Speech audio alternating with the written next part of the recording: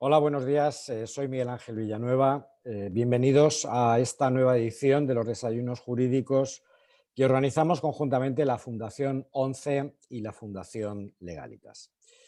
En el día de hoy vamos a hablar sobre la actualidad de los delitos de odio.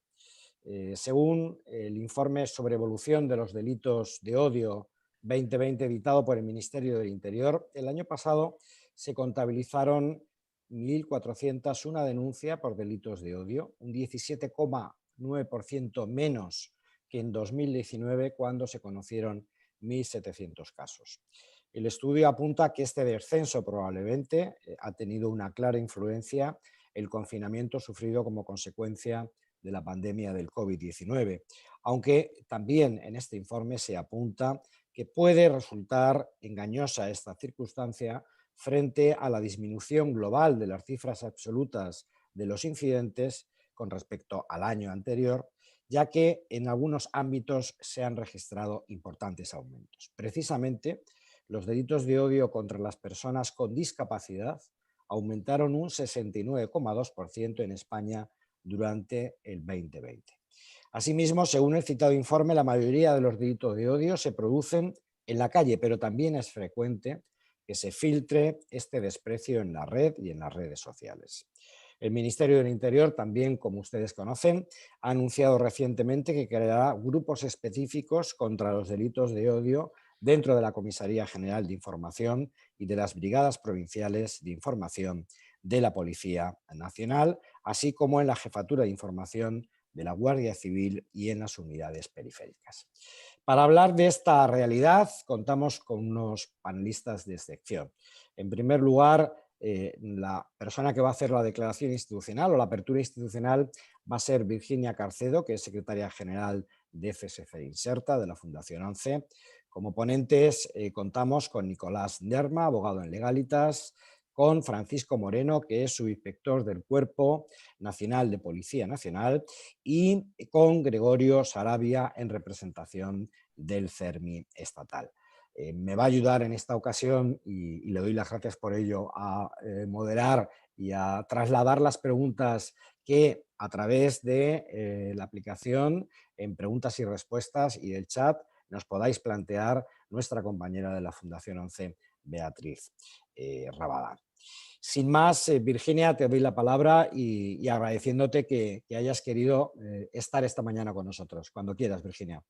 Bueno, buenos días a todos y a todas. Es un honor para mí estar en este séptimo desayuno jurídico que estamos organizando conjuntamente la Fundación ONCE y la Fundación Legalitas. Retomamos esta iniciativa que pusimos en marcha en el mes de enero, en la que nos marcamos como objetivo acercarnos a temas de actualidad desde un punto de vista jurídico, pero también práctico, con un enfoque global, pero también desde la perspectiva social y desde la discapacidad. Podría pensarse que este tema de los delitos de odio estaba alejado de la discapacidad hasta hace un par de años, ¿no? Y realmente por las cifras que ha dado Miguel Ángel vemos que al final no es así, ¿no? Gracias una vez más a la Fundación Legalitas también representada por Miguel Ángel, como decía, por su interés y también por apoyarnos en esta iniciativa y sobre todo también por interesarse en esta cuestión que yo creo que estamos en un momento pues, de estudiar y en un momento en el que trabajar sobre ella para evitar que vayamos, ¿no? El webinar de hoy tiene por título, como decíamos, Actualidad de los delitos de odio. Y como ha comentado Miguel Ángel, ha habido un aumento de noticias sobre casos de este tipo de delitos aparecidos en los últimos tiempos en los medios de comunicación, y esto no parece casual, ¿no? Como decíamos, hay un informe del Ministerio de Interior. En los 6 primeros meses, se dice, de 2021, se han registrado 610 denuncias por delitos de odio, lo que supone un incremento de 9,3 con respecto al mismo periodo de 2019, que es el ejercicio anterior a la pandemia. El mayor porcentaje de estos delitos de odio se siguen concentrando en los 3 ámbitos más habituales, que son el racismo y la xenofobia, la ideología y la orientación sexual. Sin embargo, las estadísticas apuntan a un considerable incremento de este tipo de delitos hacia las personas con discapacidad, como bien ha informado, bien ha puesto de relieve pues Miguel Ángel, ¿no? Expertos del colectivo de las personas con discapacidad señalan que no hay un factor único en la raíz del problema, sino que son varias las circunstancias que confluyen en unas estadísticas que se consideran muy preocupantes. Aquí hay que enfatizar que es una tendencia que no se daba y que está empezando a darse y que debemos trabajar sobre ella, ¿no? Así, por ejemplo, encontramos numerosas situaciones en las que se identifican vejaciones o insultos hacia las personas con discapacidad, incluso en algunos casos también se detectan agresiones de tipo físico. Todos hemos leído en los medios pues, los casos que ha habido con la adolescente hace poco, con el chico que era rapero, ¿no?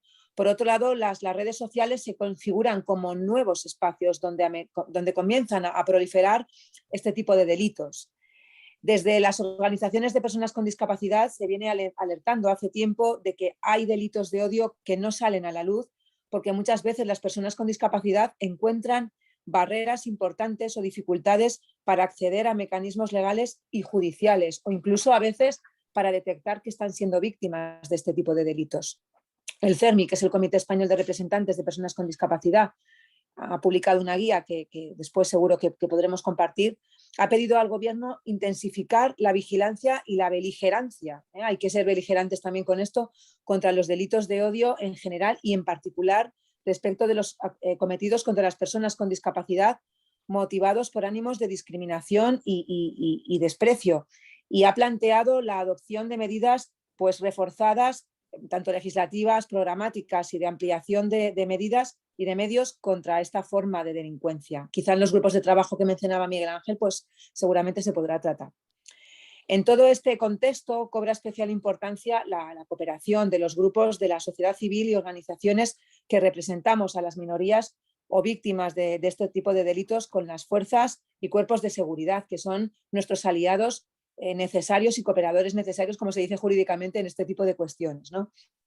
Para abordar con mayor detalle y diferentes perspectivas todas las cuestiones que este tema plantea, estamos acompañados de un panel de excepción a los que agradezco sinceramente y enormemente su participación y su dedicación diaria. Quiero agradecer también a todos y todas los que nos habéis acompañado, que os habéis conectado por vuestro interés y espero que esta iniciativa os aporte valor y os sea también de utilidad, ¿no? Os deseo una provechosa jornada, una provechosa hora y también que trasladéis a través del chat aquellas cuestiones que queráis que se trate y que Miguel Ángel y Beatriz moderarán. Yo simplemente finalizo poniendo mi contribución con un poema de Bertolt Brecht, ¿no? Que hablaba de que cuando vinieron a por los médicos yo no era médico y no me preocupé y hacía una enumeración, ¿no? Y al final, cuando vinieron a por él, porque solo quedaba Bertolt Brecht, pues no tenía nadie que lo defendiera. Es muy importante que seamos todos beligerantes con este tipo de cuestiones, porque al final todos en algún momento podremos ser víctimas o alguien de nuestro entorno puede tener un problema de este tipo. Así que os animo a seguir la jornada, os animo a difundirla y os animo también a que seáis nuestros partners en este tipo de cuestiones que son de tanta relevancia como es los derechos humanos y la protección de los más vulnerables. Muchas gracias y un abrazo. Muchas gracias, Virginia. Muchas gracias por estar esta mañana con nosotros. Pues vamos directamente al tema. Nicolás Lerma es licenciado en Derecho por la Universidad Complutense de Madrid, es abogado con más de 10 años de experiencia y es especialista en Derecho Procesal Penal. Lleva trabajando también bastantes años en Legalitas como abogado. Nicolás, por situarnos, ¿qué son los delitos de odio y qué tipo existen? Bueno, buenos días a todos. En primer lugar, muchísimas gracias a la Fundación 11 y enhorabuena por este tipo de iniciativas. A ti, Miguel Ángel, también muchísimas gracias por la confianza y a todos los espectadores por su valioso tiempo. Me gustaría empezar haciendo algunas reflexiones porque creo que tenemos que tomar la perspectiva, en este caso, correcta. Voy a intentar hablar despacio, pido disculpas porque en los juicios siempre hablamos muy rápido y de una forma muy técnica. Voy a intentar hacerlo de una forma que se nos pueda entender. La interpretación, en este caso, del precepto, hay dos artículos que vienen recogidos en el Código Penal. Es el artículo 510 y 578 del Código Penal. Este último artículo son los delitos de enaltecimiento del terrorismo. Estos dos artículos, lo primero que nos tenemos que plantear a la hora de valorar esto es lo siguiente. ¿Se puede cometer un delito en 140 caracteres? ¿El Código Penal debe educar a las personas? ¿Puede el Código Penal erradicar el odio? ¿Debemos erradicar el odio? ¿Es delito odiar? La respuesta es clara. El derecho penal no puede prohibir, en este caso, o castigar al ciudadano que odia. Y esa es la base con la que tengo que empezar esta interpretación. Y lo repito, el Código Penal no puede castigar a la persona que odia, pero muchísimo cuidado, la libertad ideológica o de expresión no puede ofrecer un cobijo a la externalización de expresiones que encierran un injustificable desprecio hacia las víctimas o hacia distintas personas de distintos colectivos. Pero también hemos de apartarnos de la tentación de construir un juicio de tipicidad trazado con la convencional y artificiosa línea entre el discurso del odio y la ética del discurso. De esto trata esta breve charla. Y repito, entre el discurso del odio y la ética del discurso, que son dos cuestiones muy distintas. La interpretación, en este caso, de estos dos preceptos no está exenta de dificultades. De una parte, no faltan los autorizados juristas que estiman que el delito de enaltecimiento del terrorismo o, en este caso, los delitos de odio y humillación hacia las víctimas representa la negación de los principios que han de informar el sistema penal. De otra, por la necesidad de ponderar en nuestro análisis los límites de la libertad de expresión y hacerlo a partir de la inequívoca locución discurso del odio, con la que se pretende justificar la punición, no hace sino añadir más obstáculos, en este caso a la labor interpretativa. Las dificultades se multiplican en nuestro análisis esta mañana cuando de lo que se trata es de determinar, como en tantas otras ocasiones, el alcance de lo intolerable. De ahí la importancia de no convertir la libertad de expresión y los límites que ésta tolera y ampara en el único parámetro valorativo para discernir cuando lo inaceptable se convierte en delito. Esta es la clave. Esta frase es la clave. Nuestro sistema jurídico ofrece otras formas de reparación de los excesos verbales, que no pasan necesariamente por la incriminación penal. El significado de principios con carácter fragmentario del derecho penal o su consideración como última ratio avalan la necesidad de reservar la sanción penal solo a aquellas acciones más graves. Repito, solo en aquellas acciones más graves. Es decir, debemos acudir al ámbito penal solo en aquellas situaciones donde realmente se reviste de gravedad. No todo mensaje inaceptable que ocasiona el normal rechazo de todos los presentes, de la inmensa mayoría de la ciudadanía, ha de ser tratado como delito, por el hecho de no hallar cobertura en la libertad de expresión. No es lo mismo el odio que incita a la comisión de delitos, no es lo mismo el odio que siembra la semilla de enfrentamiento y erosiona los valores esenciales de la convivencia, no es lo mismo el odio que se identifica con la animadversión o el resentimiento. Existen matices que no pueden ser orillados por el juez penal con el argumento de que no todo lo que es acogible en la libertad de expresión resulta intolerable y por ello necesariamente delictivo. Existen otras vías, como he dicho anteriormente, y para eso también está la vía civil. El Tribunal Constitucional y el Tribunal Supremo en los últimos años ya se están pronunciando y están poniendo límites a esa libertad de expresión y están siendo muy claros. Por si fuera poco, el vocablo del discurso incluye en su simple acepción gramatical evoca un acto racional de comunicación cuya punición no debería hacer depender del sentimiento que anima a quien lo pronuncie. Me explico. La línea de defensa que toman prácticamente todas las personas que están siendo investigadas por este tipo de delitos es precisamente esta. ¿Por qué? Porque lo intentan enmarcar o bien en un discurso, o bien en una canción, o bien en un monólogo. Pero hay unos límites. Y no sirve decir que el mensaje que yo estoy transmitiendo no lo comparto, porque se está transmitiendo ese mensaje. Esa es la clave. El legislador también ha querido que el mensaje de odio, que provoca las bases de convivencia y humilla a las víctimas del terrorismo y otro tipo de colectivos, tenga un específico apartado, que es el artículo 578, con un sistema de una singularización que lo hace distinto al artículo 510, que están también los dos que tenemos en este caso. Otro hecho que complica más, si cabe, en nuestro análisis y de la extensa actual de las nuevas tecnologías es el servicio de la comunicación que intensifica de forma exponencial el daño de afirmaciones y mensajes. Es importante, y lo ha dicho Miguel Ángel al principio, quien hoy incita a la violencia en las redes sociales sabe que su mensaje se incorpora a las redes telemáticas con una vocación de perpetuidad. Quien hoy incita a la violencia en una red social sabe que su mensaje se incorpora a las redes telemáticas con una vocación clara de perpetuidad. Además, carece de control de su zigzagueante difusión. Desde que el mensaje llega a las manos de su destinatario, este se puede multiplicar, en este caso, su impacto. No se trata de penalizar un chiste de mal gusto, sino que una de las facetas de la humillación consiste en la burla, que no está recreada, en nuestro caso, con chistes macabros, con un sujeto pasivo indeterminado, sino más bien con alguien concreto, referido a unas personas a quien se identifica con su nombre y apellido. Esta es la clave. Los delitos de odio se están empezando a penalizar y las sentencias, estamos empezando a tener sentencias condenatorias cuando se especifica un determinado colectivo. Esto es clave y os voy a poner unos ejemplos muy sencillos. Con nombre y apellido. A Froilán habría que secuestrarle ahora. Ya casi es el cumpleaños del rey. Un roscón bomba. Goraeta, libertad a los presos políticos. Florentino, mejor muerto. son expresiones concretas de odio que van dirigidas a personas concretas. El Código Penal sí que está poniendo límites, y tanto el Tribunal Constitucional como el Tribunal Supremo están poniendo límites a esa acotación. Es fundamental y es muy importante que todas las personas que nos estén viendo, ante la más mínima duda, acudan o bien a las fuerzas y cuerpos de seguridad del Estado o bien, en este caso, a los letrados. Pero nunca dejen de pasar una situación que les pueda generar, en este caso, una incomodidad. Puede ser que no sea penal, es importante saberlo. Y nosotros, los letrados, tenemos también esa función. Puede que no sea penal y haya que derivarlo hacia el ámbito civil. Fuerzas y cuerpos de seguridad del Estado harán exactamente lo mismo. Pero lo que no podemos hacer nunca, en ese sentido, es asumir lo inasumible, que son este tipo de expresiones. Termino ya, por último, con una frase que creo que es muy actual, que es de Julio Cornelio Paulo, que venía a decir: non omar quid licet honestum. No todo lo que es lícito es honesto.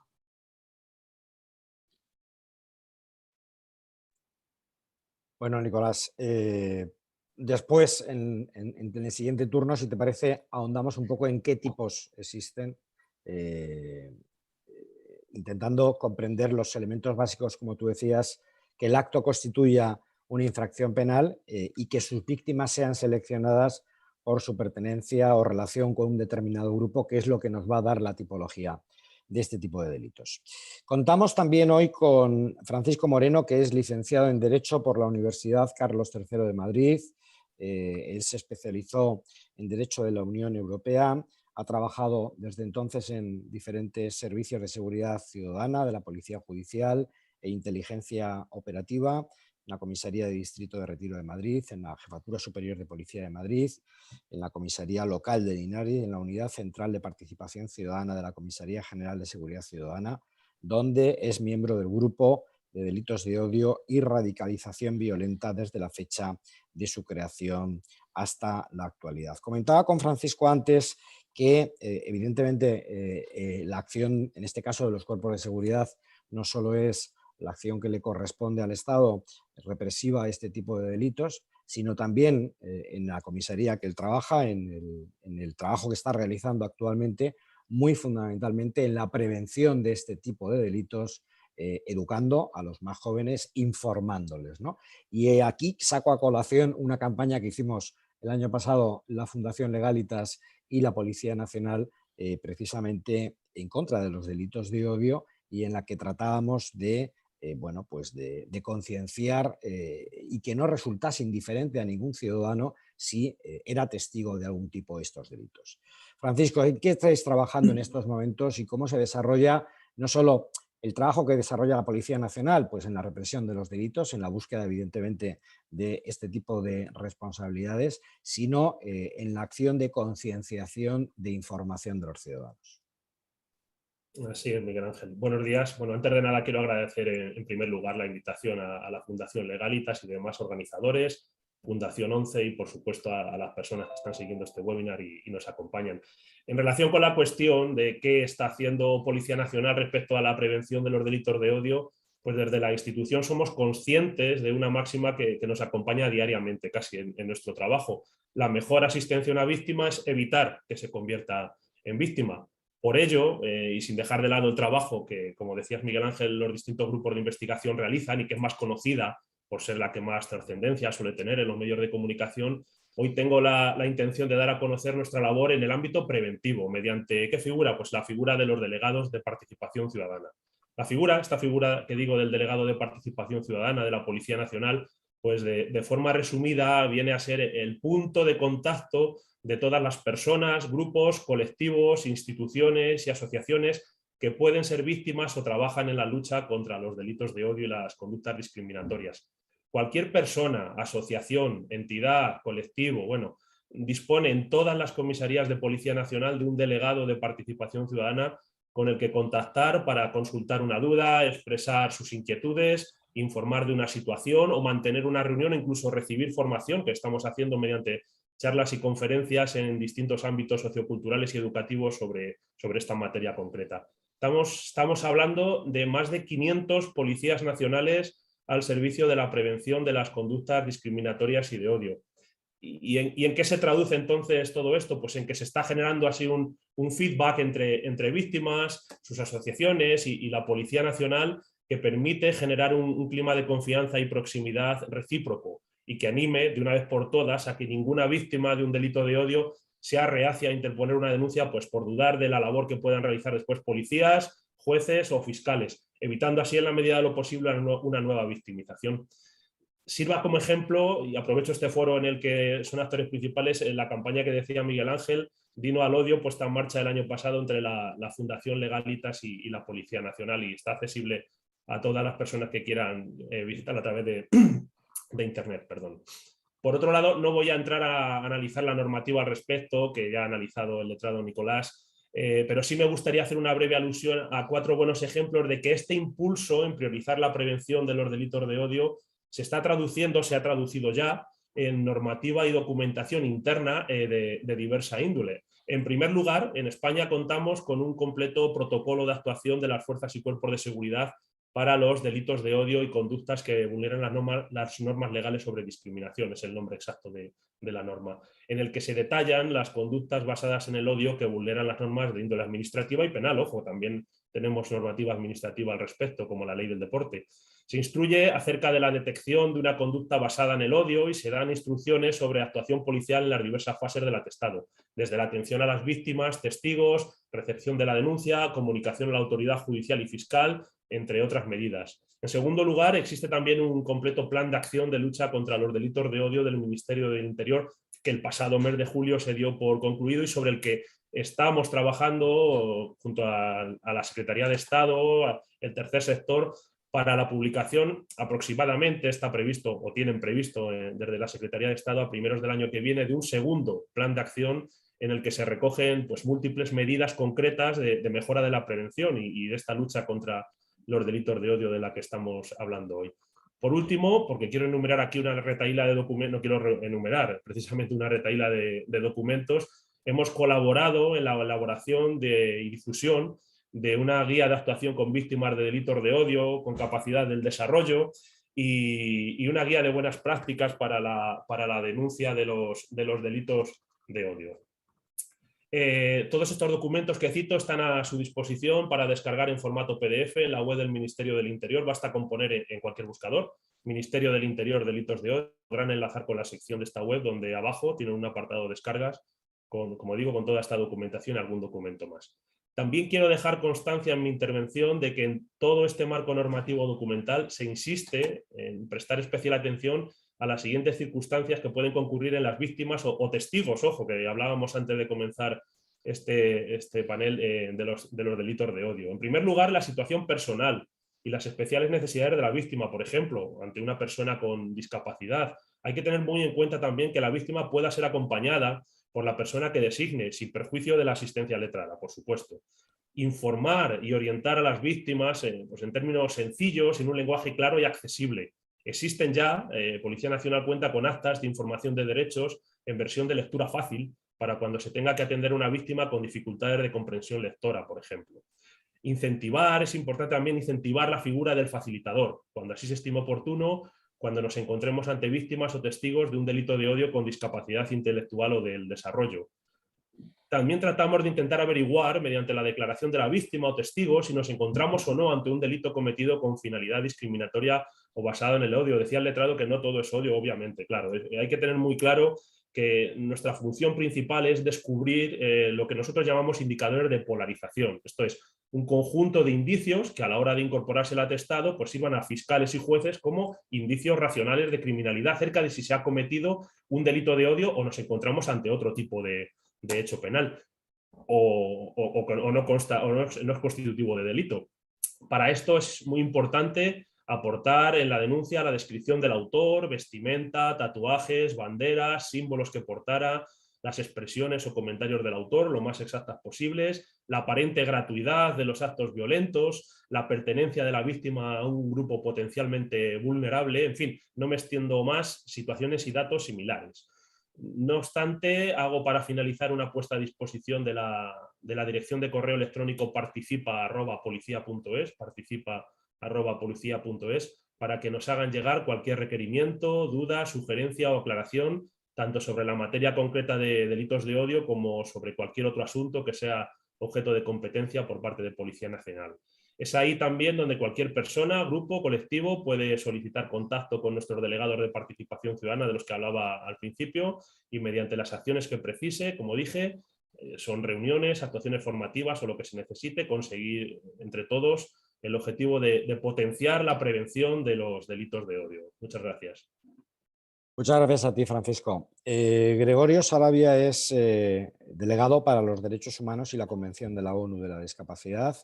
Es licenciado y doctor en Derecho, cuenta con un máster en Derechos Fundamentales y ha sido profesor ayudante en el Departamento de Derecho Internacional, Eclesiástico y Filosofía del Derecho de la Universidad Carlos III de Madrid y profesor visitante en el Departamento de Humanidades del mismo centro universitario. Gregorio, decía yo al principio, o sacaba a colación, el incremento con respecto al año pasado de los delitos de odio, especialmente, de acuerdo con este informe del Ministerio del Interior, en los casos de delitos de odio contra personas con discapacidad. Pero recientemente leía una entrevista al fiscal de la Sala de Delitos de Odio y Discriminación, Fernando Rodríguez Rey, en el que este fiscal, que precisamente es una de las personas que probablemente más conoce a fondo la realidad numérica de este tipo de delitos, decía que la infradenuncia en este ámbito está constatada en toda Europa y según la Agencia de Derechos Humanos de la Unión Europea está entre el 80 y el 90%. ¿Qué está fallando? Buenos días a todas y todos. Muchísimas gracias a la Fundación 11, a la Fundación Legalitas por esta invitación, por haber tenido en cuenta al CERMI en este tema que, como ya estamos viendo, es de actualidad, es preocupante y no nos puede encontrar con los brazos cruzados, ¿no? Permíteme, Miguel Ángel, empezar diciendo que, claro, la discapacidad es uno de los grupos que aparece mencionado expresamente en el artículo 510 del Código Penal, y en este sentido el CERMI está ejerciendo un rol activo en lo que supone intensificar la vigilancia, incluso, como hacía referencia Virginia Carcedo, la beligerancia contra los delitos de odio en general, y en particular con respecto a los delitos cometidos contra personas con discapacidad. En este sentido, nos preocupa ese ánimo de discriminación y de desprecio, y por supuesto nos preocupa que no quede impune.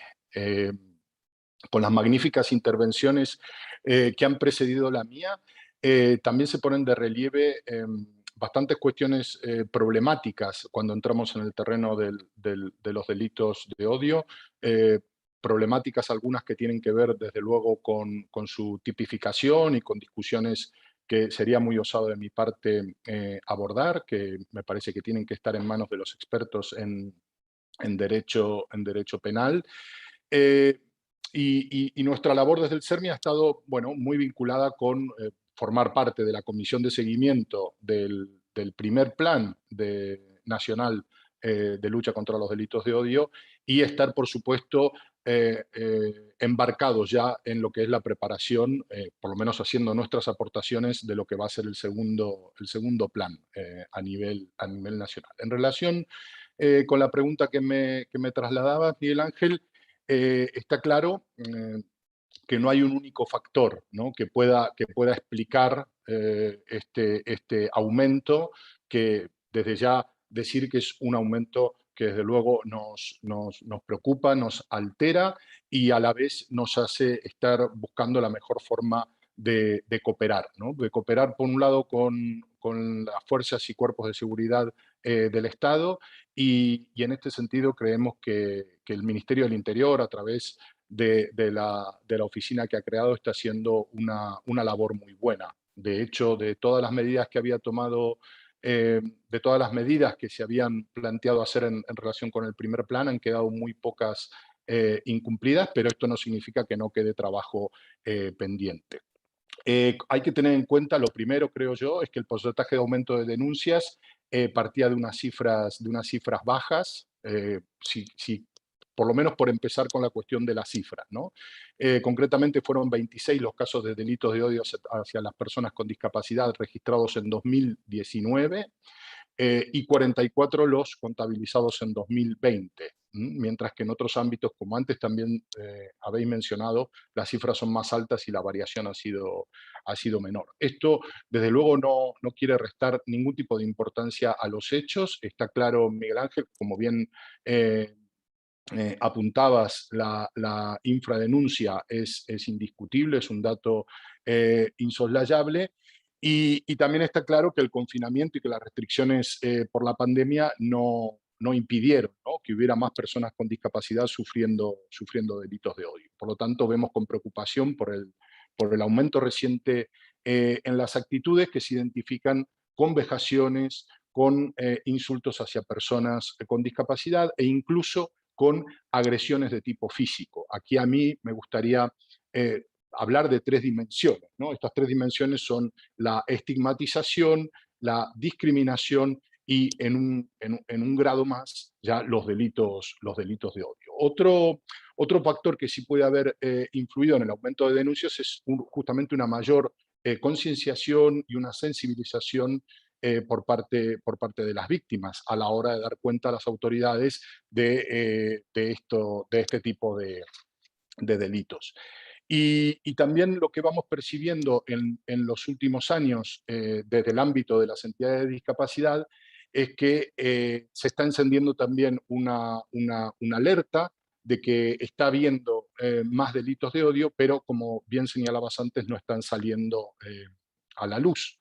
Y está claro que las personas con discapacidad, y teniendo en cuenta los diferentes tipos de discapacidad, se encuentran con un abanico bastante amplio de barreras a la hora de poder denunciar.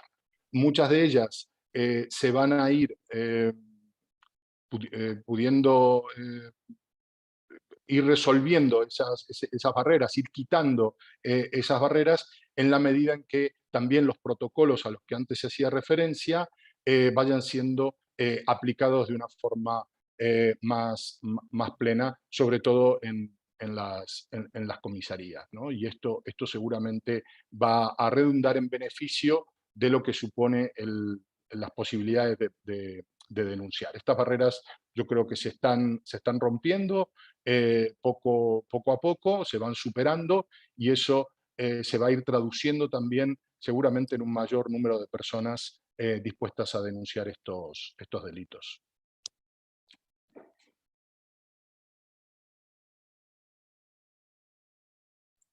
Perdón, que me había muteado, no era capaz. Bueno, muchas gracias, Gregorio. Recuerdo a todos los que nos están siguiendo que a través de preguntas y respuestas o a través del chat nos pueden trasladar sus preguntas y Beatriz, tú por supuesto puedes intervenir cuando lo creas oportuno. Nicolás, volvamos un poco de qué estamos hablando exactamente. Quiero decir, vamos a definir un poco qué tipos existen de delitos de odio, porque evidentemente yo creo que nos puede dar un poco, la tipología nos puede dar un poco ante esa sensación de impunidad que pueden tener determinados ciudadanos, que determinadas conductas no tengan ese reproche penal. Bueno, pues vamos a explicar un poco esa tipología y sobre todo también cómo se castigan este tipo de delitos. Bueno, pues como decía al inicio de la charla, son 2 artículos en el Código Penal, que es el 510 en ese sentido, y luego también los delitos más específicos contra víctimas del terrorismo. Perdona, Miguel Ángel, que vuelvo a insistir, pero no se puede explicar esto sin la libertad de expresión. Este tipo de delitos, la libertad de expresión tiene unos límites. Y esos límites es lo que ahora mismo, tanto la jurisdicción del Tribunal Supremo como el Constitucional, está poniendo límites a esa jurisdicción. El delito de odio, como explicaba anteriormente, ahora mismo, te hablo de sentencias, no denuncias. Las sentencias que hay ahora mismo, que se están iniciando y que hay personas condenadas, es cuando se está especificando con nombre y apellido o hacia un determinado colectivo. Esa humillación o ese dolor que produce a la víctima es lo que se está materializando en unas sentencias condenatorias. En el Código Penal lo llamamos el tipo del Código Penal. Es decir, Para que se den los requisitos de poder condenar a una persona se tiene que especificar. Nadie me puede castigar por odiar a un determinado colectivo. No sé si me explico. Yo puedo odiar a mi jefe, puedo odiar una charla, puedo odiar a mi vecino. Es esa expresión o esa humillación que se hace con nombres y apellidos hacia un determinado colectivo, lo que hace que se estén dictando sentencias condenatorias. Y no lo digo yo, lo está diciendo el Tribunal Supremo y el Tribunal Constitucional, quienes se están poniendo límites.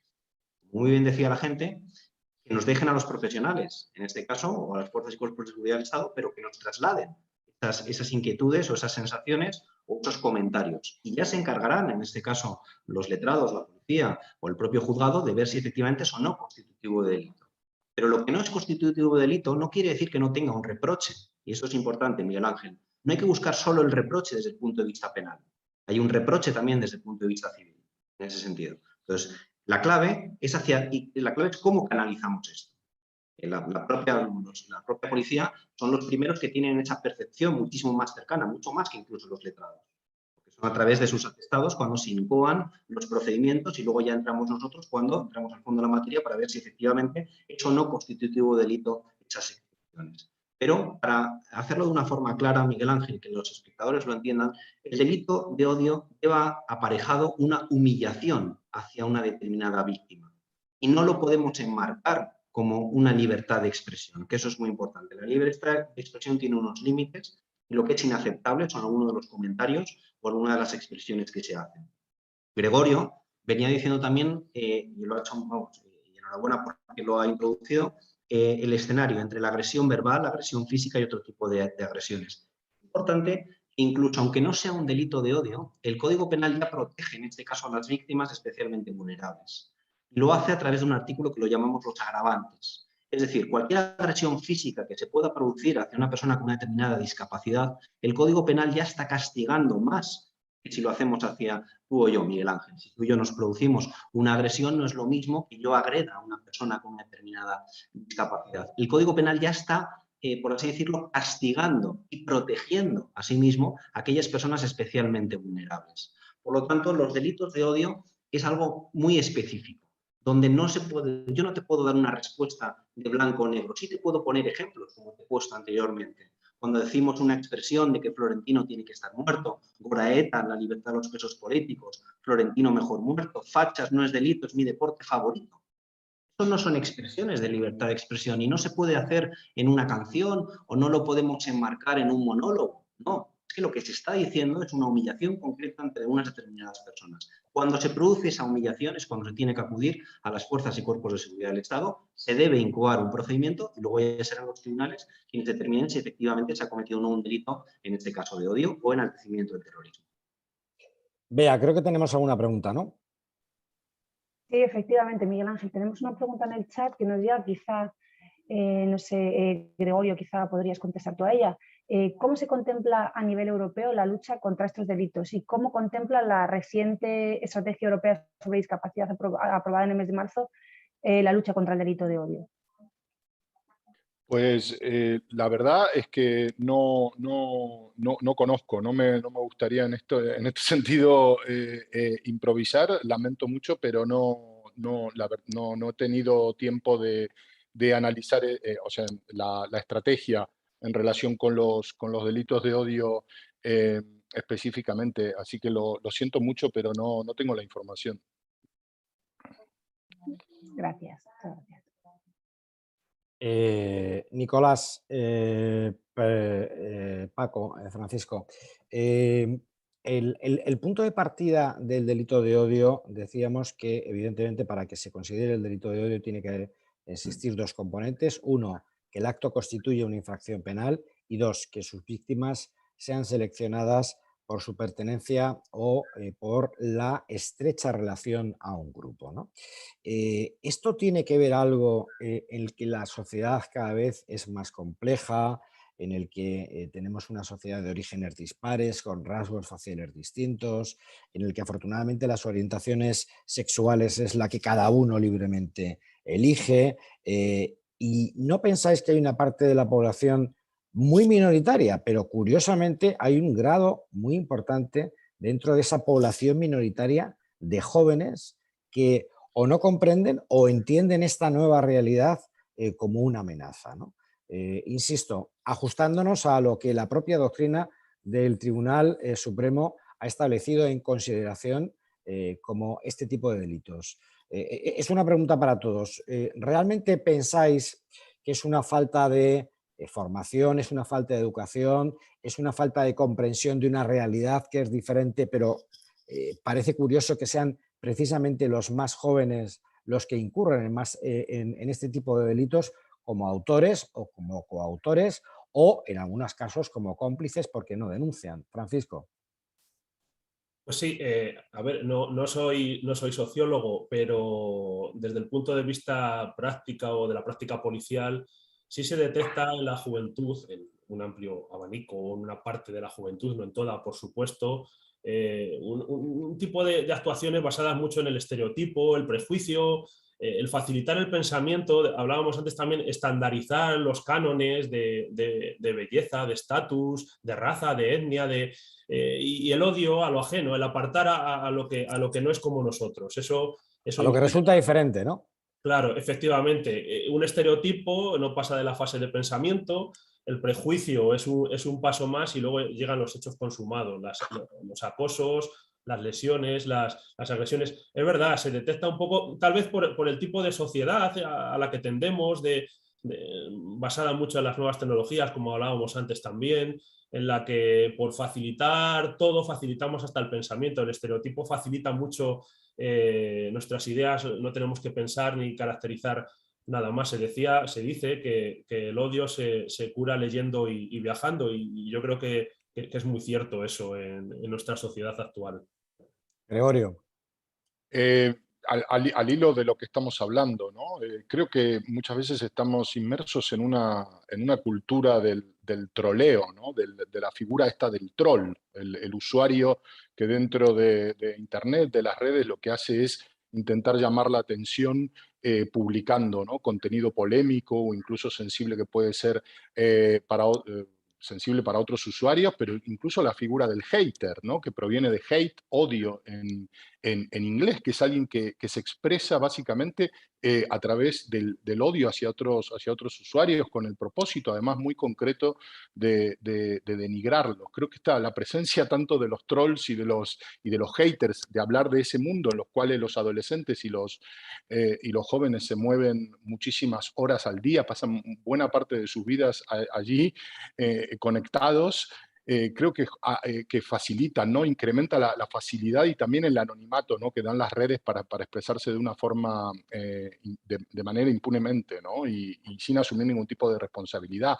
En estos días apunto solo a esta cuestión, sin ánimos de hacer sociología de café, pero creo que no podemos olvidar este dato que está saliendo hoy en estos días en la prensa, ¿no? Que están saliendo publicadas noticias en las que se relata cómo una ex empleada de una red muy poderosa como es Facebook presentó ante el Congreso de los Estados Unidos justamente una documentación interna en donde está acusando a la compañía de amplificar el odio y la desinformación. Esto no es nuevo, pero está cada vez saliendo más a la luz esta idea de que los propios algoritmos que usa una red como Facebook favorecen la expansión de contenido de odio. Entonces, en este caldo de cultivo también, puede haber un factor que luego incida en la comisión de delitos. No estoy mezclando una cosa con la otra porque, como muy bien señaló Nicolás, hay que tener en cuenta la libertad de expresión y hay que tener en cuenta cuáles son los fines que persigue el derecho penal. Pero sí referirnos a este caldo de cultivo, ¿no? Donde parece que hay incluso mucha violencia en videograbaciones hechas por adolescentes o por jóvenes que incluso lo que están buscando en una red como TikTok son mayores cuotas de visionado y de reproducción de esos videos. Y en la medida en que hagan actos de violencia o participen de esta cultura del odio, cosechan más visionados y más reproducciones. Claro, eso, Nicolás, me lleva a que o sea, no podemos perder de vista que el Código Penal en este caso está castigando a los que lo cometen, pero también a los que lo están fomentando, que es un poco enlazando con lo que decía Gregorio, con la utilización de las redes sociales como altavoz o como plataforma, ¿no?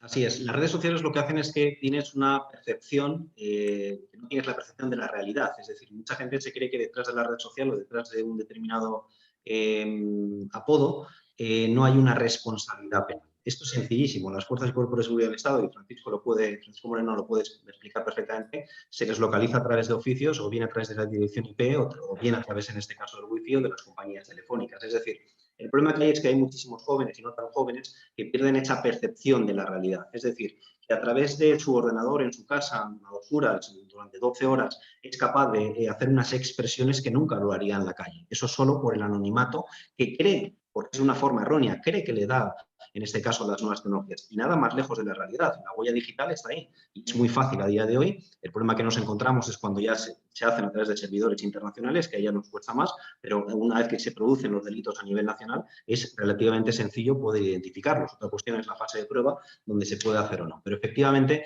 hay una percepción, no tienen una percepción de la realidad. Con respecto a los jóvenes, creo que es un tema social, es un problema social. No creo que sea un problema de ahora, simplemente que ahora se está hablando más del tema, o a través de estas charlas se está explicando más, a través de la policía también se está explicando más y simplemente está saliendo más a la luz. Pero yo honestamente no creo, yo creo que siempre, en fin, malas expresiones y malos comentarios siempre han existido, simplemente que ahora sí que se está haciendo mención. Y luego una cosa muy importante, el Código Penal no es quien va a solucionar esto. Y esto es fundamental que lo sepamos todos. El Código Penal solo actuamos cuando la situación ya es insostenible. Esto se tiene que resolver en otro ámbito. Otra cosa es que el Código Penal esté castigando y persiguiendo aquellos delitos que ya de por sí es complicado en aquellas personas. Pero esto no lo soluciona el Código Penal y el Código Penal es el encargado de educar, en este caso, a la sociedad. Miguel Ángel, sí. Sí, había una pregunta, Beatriz. Sí, precisamente en el apartado de preguntas y respuestas nos plantean que cuál es el perfil de las personas que cometen los delitos de odio, porque parece que cada vez, o por lo menos existe la percepción de que cada vez son más jóvenes, y si existe a lo mejor también un perfil de víctimas con discapacidad. Es decir, yo entiendo que lo que están planteando es si hay los delitos de odio se dan con más incidencia en un tipo de discapacidad concreto o en otro. Cualquiera de los tres, quizá vosotros, Francisco, Nicolás, desde vuestra perspectiva práctica diaria, del día a día, podéis decirnos algo, o quizá tú, Gregorio, a través de los informes de seguimiento que hacéis de la Convención. Nosotros, desde el punto de vista procesal, nosotros en Legalitas, que trabajamos a nivel nacional, tenemos una percepción muy sensible de lo que está ocurriendo, no tanto como ocurre en Francisco en cuanto a la redacción, en este caso la denuncia. Los asuntos que a nosotros nos llegan, no tengo los datos, pero sí por la experiencia que en este caso lo estamos trabajando, se ve muchísimo en la Fiscalía de Menores. Si bien es cierto que eso que aparentemente puede ser un delito de odio, luego se puede traducir en bullying o en otro tipo de situaciones, en este caso hacia los menores. Pero el porcentaje, por desgracia, de los menores es un porcentaje alto. No tanto en los juzgados, en este caso de instrucción, sino sobre todo en este caso en menores y a través de las redes sociales, que son precisamente los que más utilizan este tipo de red social. Sí, independientemente a las cifras estadísticas que, bueno, en los informes anuales que publica el Ministerio del Interior, se especifica las franjas de edad, de autores, víctimas y demás. Y invito también a través del enlace que ya publicó Beatriz del Ministerio del Interior, Delitos de Odio, a descargar la estadística de años anteriores y de 2020.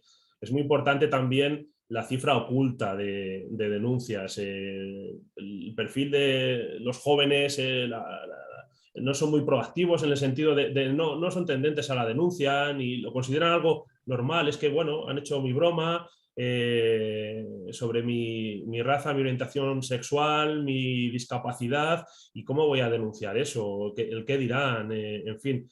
Por eso realmente a la hora de hablar de cifras es muy difícil saber ante qué nos encontramos por esa lucha constante de los chavales de la juventud, de los chavales más jóvenes, a no denunciar estos hechos. Entonces, si supiéramos realmente a qué nivel nos estamos moviendo en determinados ámbitos, sobre todo el educativo, el social, en determinadas franjas de edad, podríamos hacernos una idea de que diariamente se están cometiendo estas acciones y no están siendo denunciadas, porque ellos no lo conciben como un delito, no es por desconocimiento, analfabetismo ni ninguna otra circunstancia, porque socialmente están aceptando el que yo soy diferente y tienen que hacer una cosa, como decía Gregorio en un momento determinado.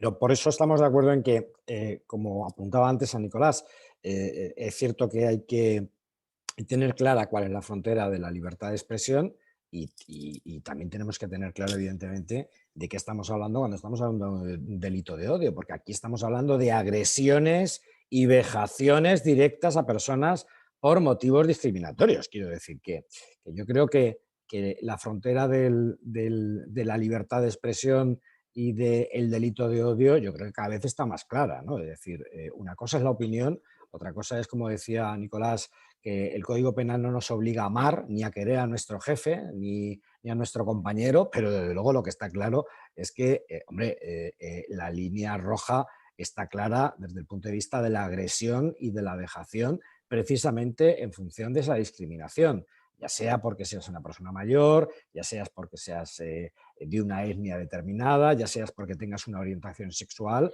o ya sea porque tengas una discapacidad, ¿no? Por lo tanto, yo creo que es cierto que del Estado debemos de esperar lo que debemos de esperar en función, que para eso está el derecho penal, de que, digamos, que actúe en función de aquello que consideramos las cuestiones más graves,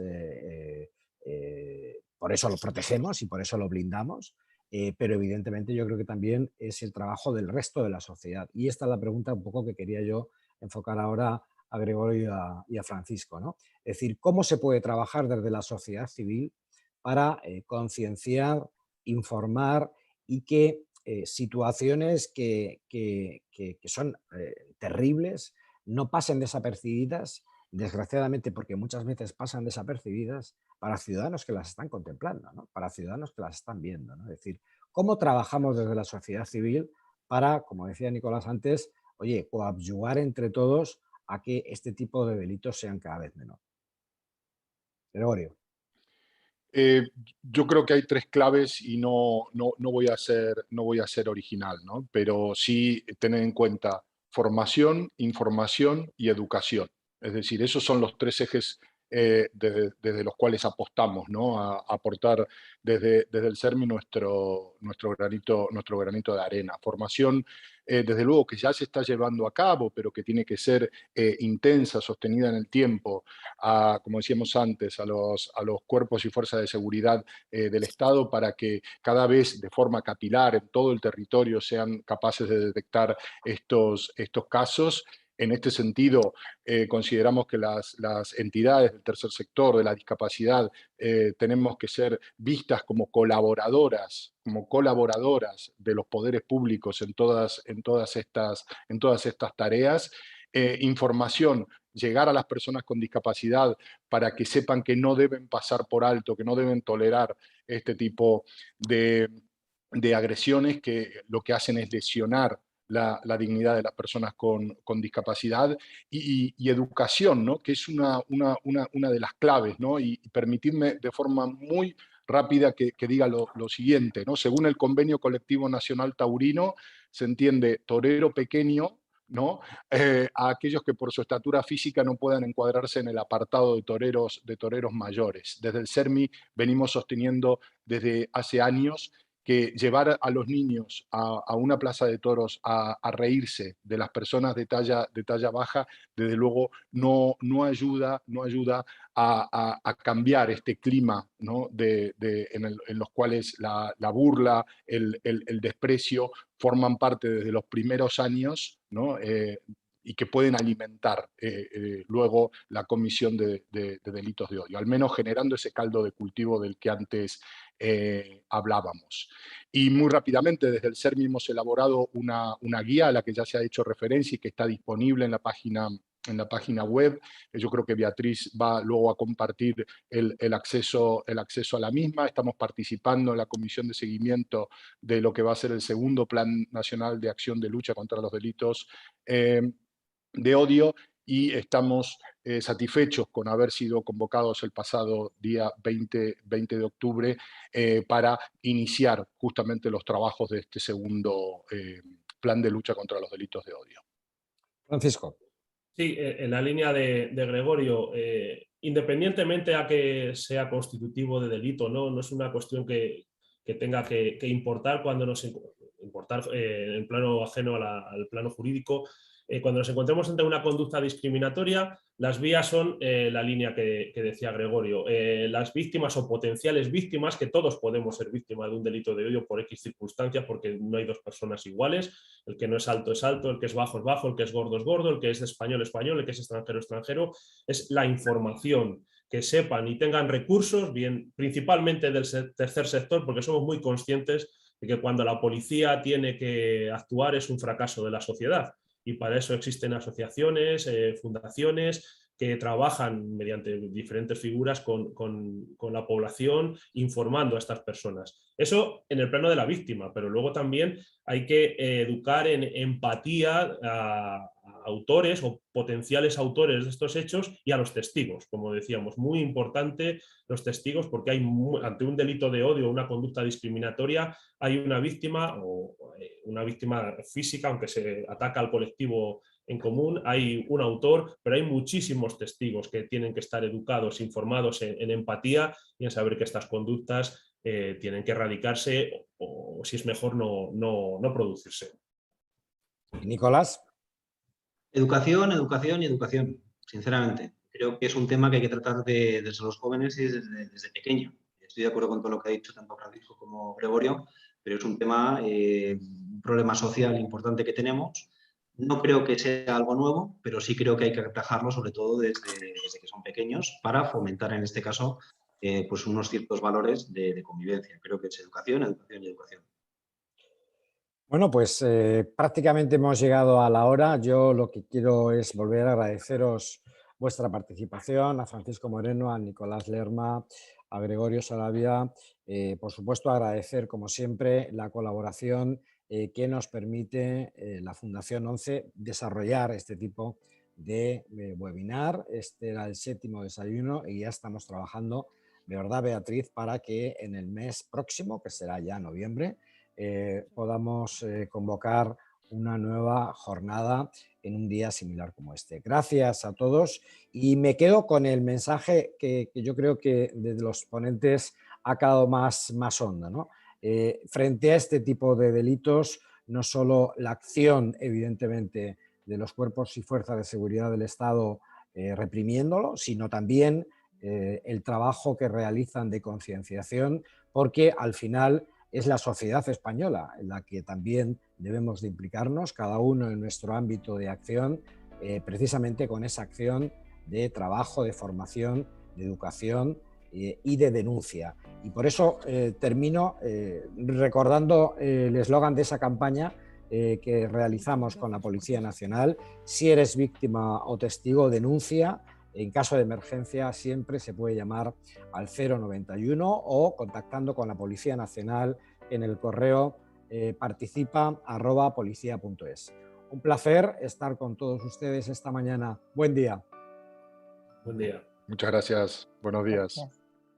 Adiós, Francisco, Nicolás. Un placer. Adiós a todos.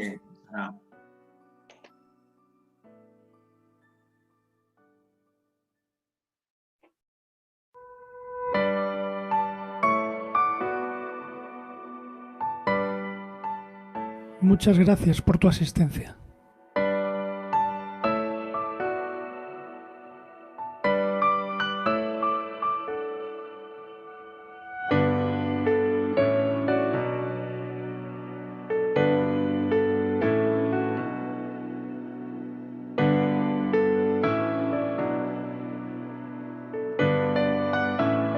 Muchas gracias por tu asistencia.